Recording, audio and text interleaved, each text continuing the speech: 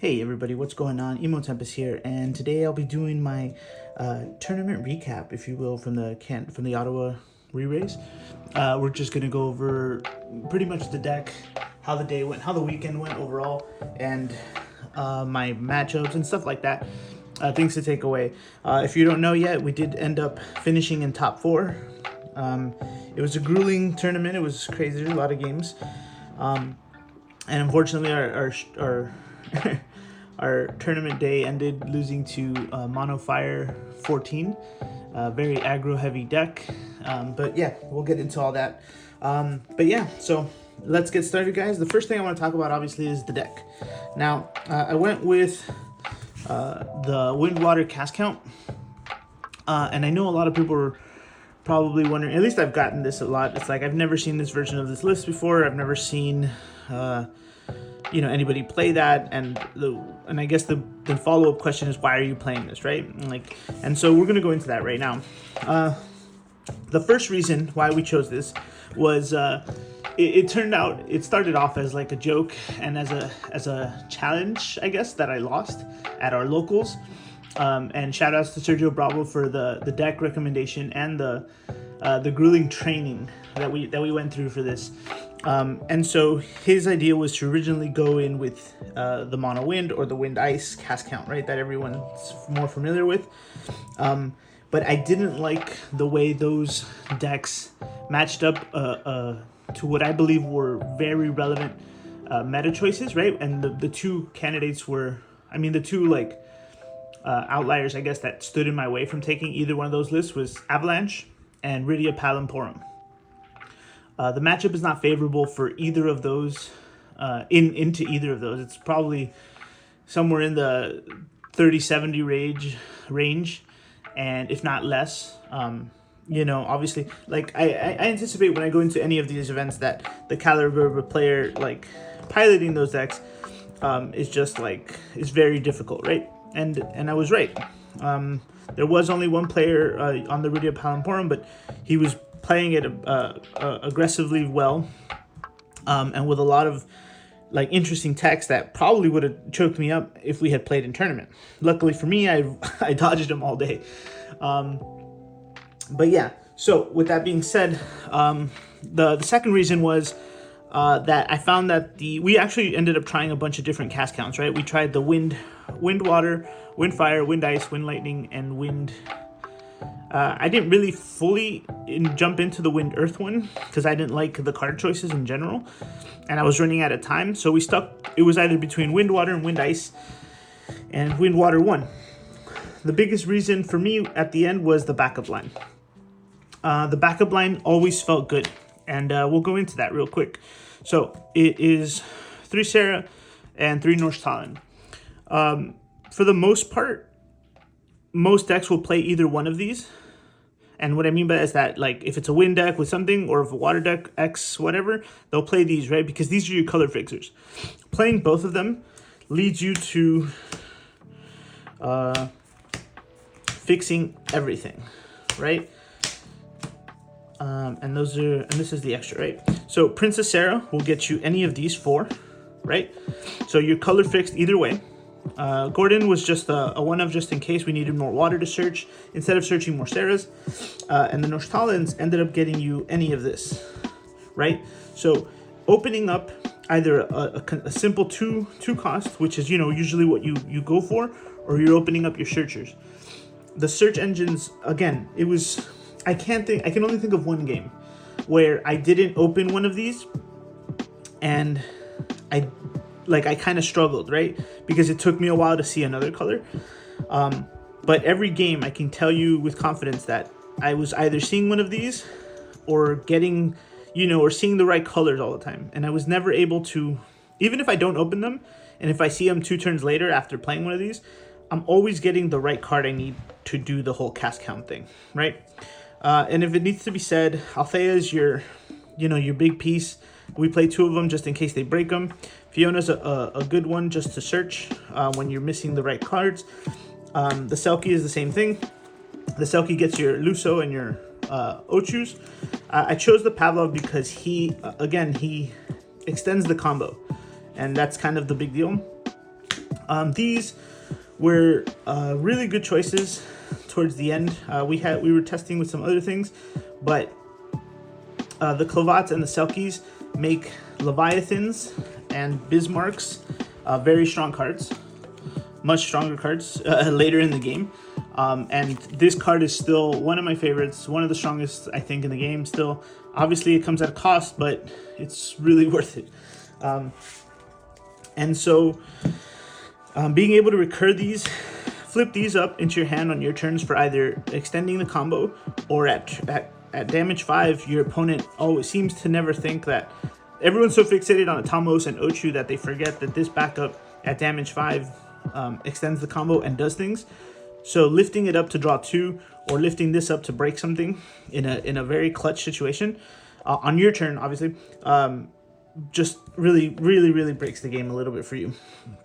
The last piece of this is the Luzaf. This is the flex pick, if you ask me, but I couldn't think of anything better.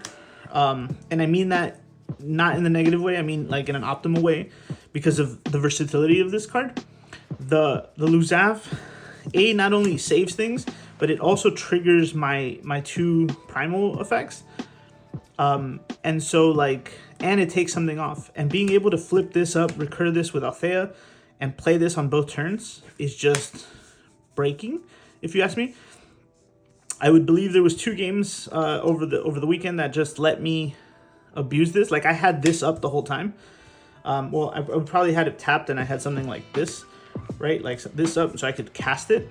So I would flip it and then play it to save something in the middle of a stack, and then, you know, resolve everything, right? So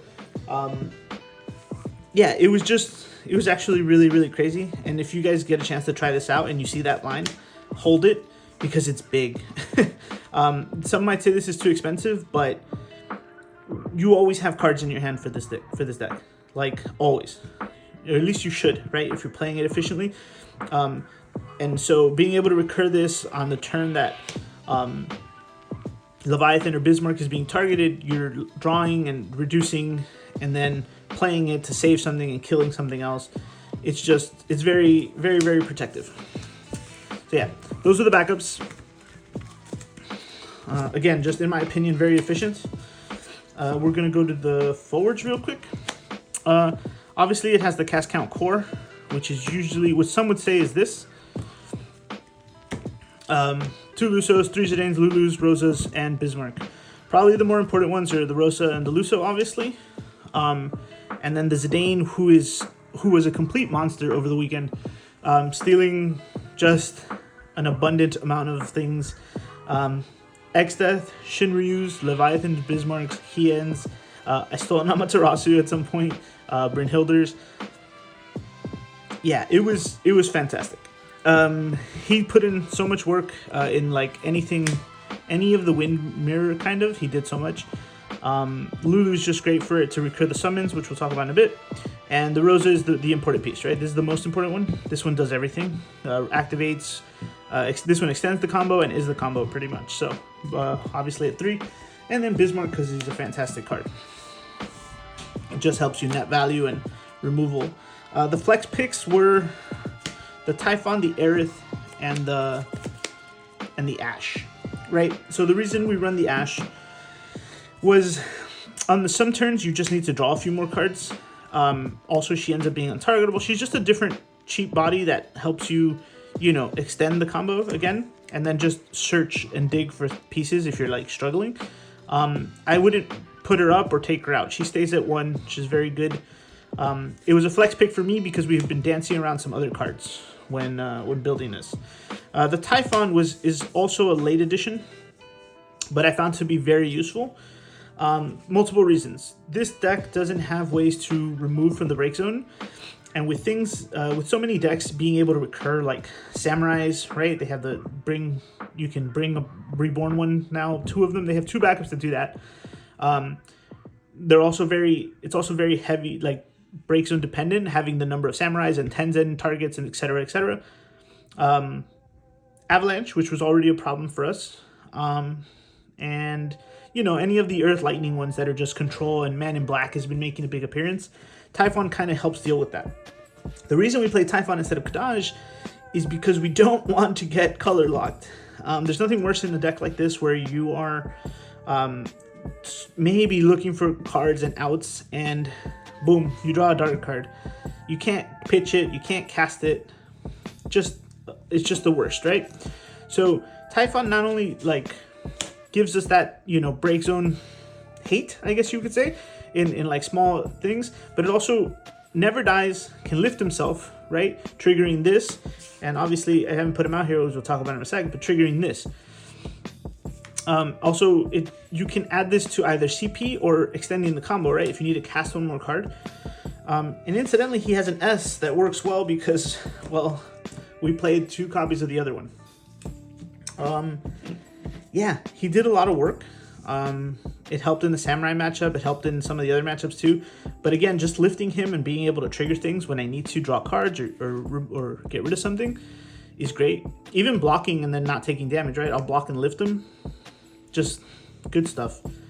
The Aeriths, color fixing mainly, but also being able to, she has 2 effects: choose a forward other than Aerith, return it to your hand, or choose a forward you control, and it cannot be chosen by your opponent's abilities until the beginning of your next turn.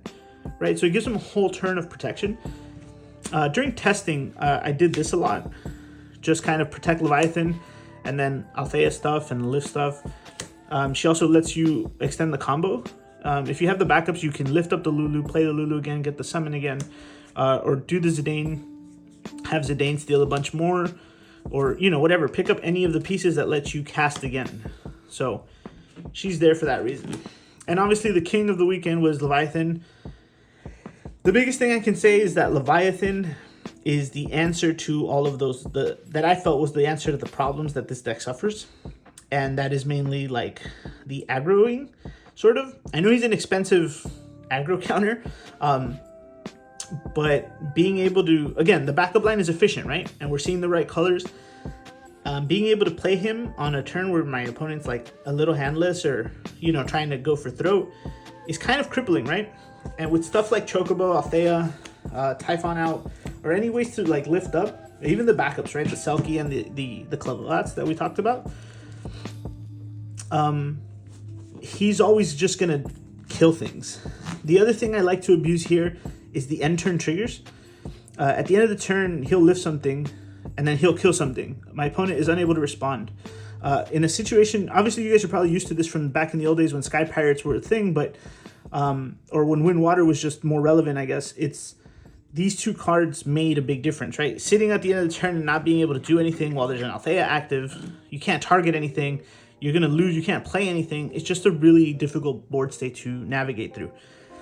And so that's kind of the whole package, right? Like the forwards, I imagine most of you guys know what these do and like how the combos work, like with the Rosa and Lusos and stuff.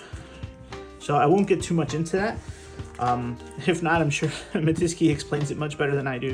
The last thing we'll wrap up with is the summons and the monsters. Yeah, it's just this. 3 Chocobo, 3 Azura, which is almost part of the core as well. The Utamos and the Ochus, 2 Typhons, and then only 2 Cuchulains. Cuchulain is also another aggro, I guess, counter or deterrent. You know, if I had seen one of these maybe as well in my last game, my top 4 game, I might have been a little bit better off. I could have blanked the Luso before his triggers and he doesn't summon anything for a turn or 2. And I would have drawn, I would have been digging and stuff like that. But this is pretty much just that, right? Blank stuff like, what's her name? Madame Edel, Barrett, and things of that nature that kind of like push the boundary of like aggro in some of these like more competitive decks. I can also blank the Rydias so she can't cast, blank the Porums before they can, like, you know, before I play my stuff so they don't remove my abilities. Anything of that nature, like being able to play this and recur with Lulu is also very strong.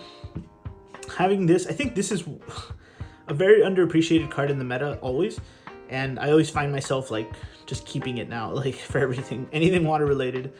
The rest is pretty simple. The Typhons for control, the Tomos for triggers and you know, combo extending, Ochus for combo extending, and then all of this is combo extension and protection, right? Like there's no like damage stuff. You leave the damage and the killing to Bismarck and Atamos and Luso and stuff like that. But yeah, that's the list, guys. Matchups. have it on my phone, and I probably should have like made a copy of it before I did this because I'm recording off my phone. But the biggest thing was, let me see. Round 1 was Kingsglaive. He tried to aggro me. We won. Round 2 was the 13 control. Shout out to the Forge of Light. Probably the most difficult match mentally I had to play all weekend. It's just, you know, we went the distance every time we played, because I played him in round 2, and then I played him in top 8. The first one we almost went to time, but he extended the hand to not get a double loss. Round 1 was Kingsglaive, like I said, we won there. Round 3 was Earth Lightning. That's when Zidane stole a bunch of nutty things, and we got away with murder on that one. Round 4 was Samurais. Yeah, same thing. We were just in full control of that one, I think. Backup line was flawless, and yeah, I just stole so many things. Round 5 was, I believe, another fire. That one, I just couldn't deal. I was color locked early, unfortunately, and then I never saw an out to a Kadaj who just kept poking at me for damage. You know, I couldn't Typhon him. I couldn't like levy him on his turns because he never. And I never saw Luzaf too. Luzaf was probably like one of the ones I was waiting for too, or Kuchulain to blank him. But he also had like Aluas and stuff, so that was complicated. Round 5 and 6, it was I think 6 and 7 actually. Yeah, Mono Wind Mirror, which it was kind of a mirror, but he just saw Zidane first, and he stole a Typhon, so I couldn't cast anything because it would have kind of.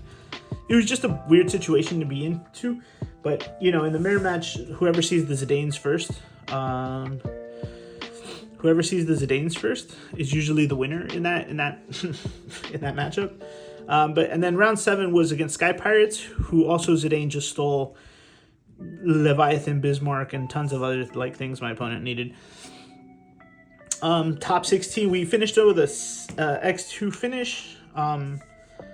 5-2 final, and then top 16 was Earthwind, cast count also, but he was playing the other Zidane, which is again unfortunate for him because this Zidane like tilts that matchup in someone's favor, and if he didn't even have it, it must have been like it would have been. It was just a rough game. I stole his Rosas, I stole his Bismarcks, I stole his Chuchaspals, his his Bismarck, just pretty much like, and 2 Lusos I think in the second game.